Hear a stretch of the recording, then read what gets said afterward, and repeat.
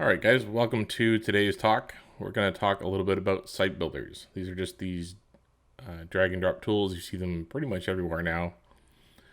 There are endless supplies of them, but I'm just going to go through a couple that I've worked with and kind of explain a little bit about them, the differences, and what to expect, I guess, when you're working with them. The two I've kind of broken it down to in categories are blogs or CMS systems and static page builders. The two main differences there are the static page builders are just you put content on a page, that's the page, it's always done.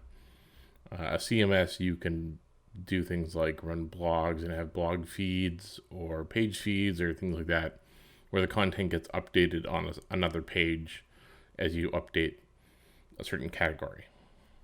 Those are the two main categories that I see. As far as blogs and CMSs go, Squarespace and Wix are the two most common that I've seen as far as quick, easy, cheap page builders or CMS builders, whatever. Squarespace is very well done. It's sort of, I guess, the jack of all trades of page builders. You can do a blog CMS system, you can do a static page, you can do pretty much whatever you want with it. There are a lot of limitations to it, of course, because you're a page builder, and that's just how life works. Like you can't go completely custom with it. You can't add on to it, unless it's within their within their workspace. Wix is very similar. It's a little more basic than Squarespace. Squarespace has a lot more to it than Wix, as far as my experience, anyway. But my go-to for a blog is still WordPress. I don't know why, it's just what I'm most comfortable with, I guess. The big differences there are using the .com or the .org. The .com is a hosted domain. You go there, you sign up for your blog.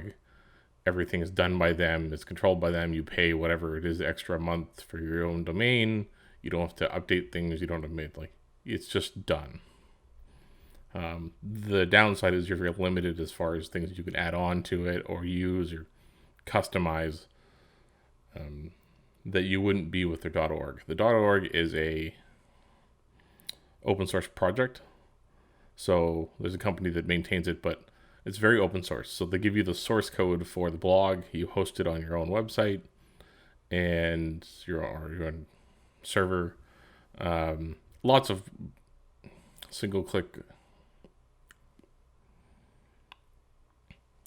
There are lots of single-click installs now for WordPress, which are great. It makes life really easy. You just click the button and WordPress installs on its current package, and away you go. The nice thing about the open source package is that you can add on to it. You can change it. You can make your own templates. You can make your own themes, which is what I normally do.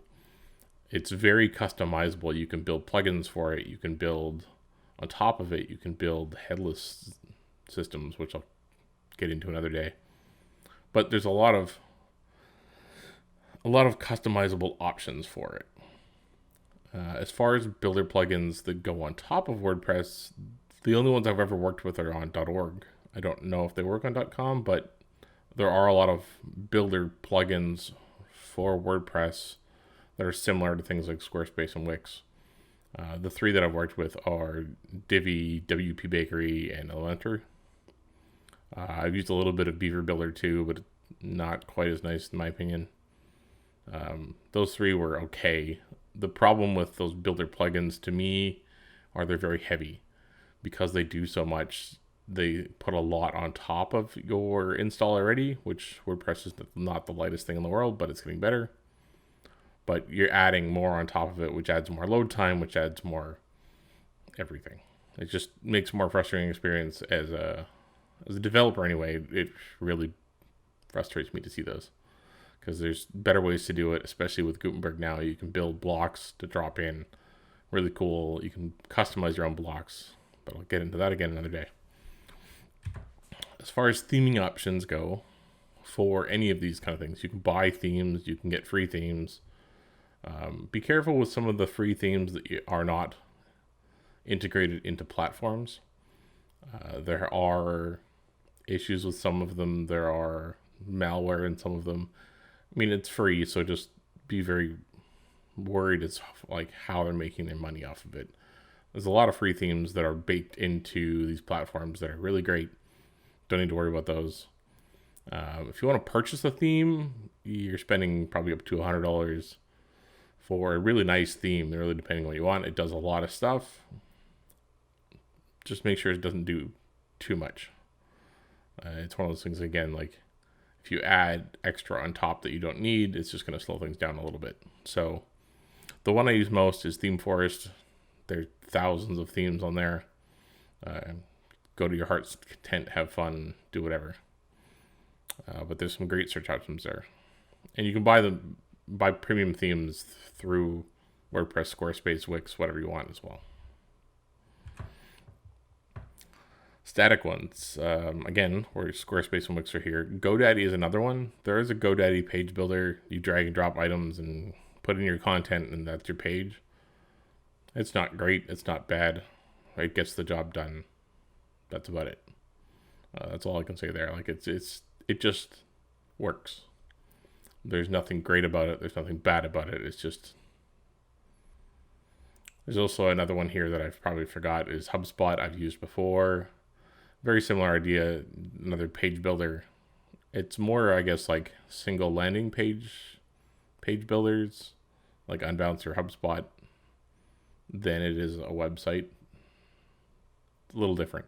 If you're just using something for like a marketing page, for a quick like email blast or whatever it is, HubSpot and Unbounce seem to be the way to go. Yeah, so those are some quick ideas as far as site builders, the drag and drop options anyway. Just thought I'd share those. If you guys have any questions, reach out to me. I'm more than happy to answer them. And hopefully this helps a little bit somebody. Have a great week.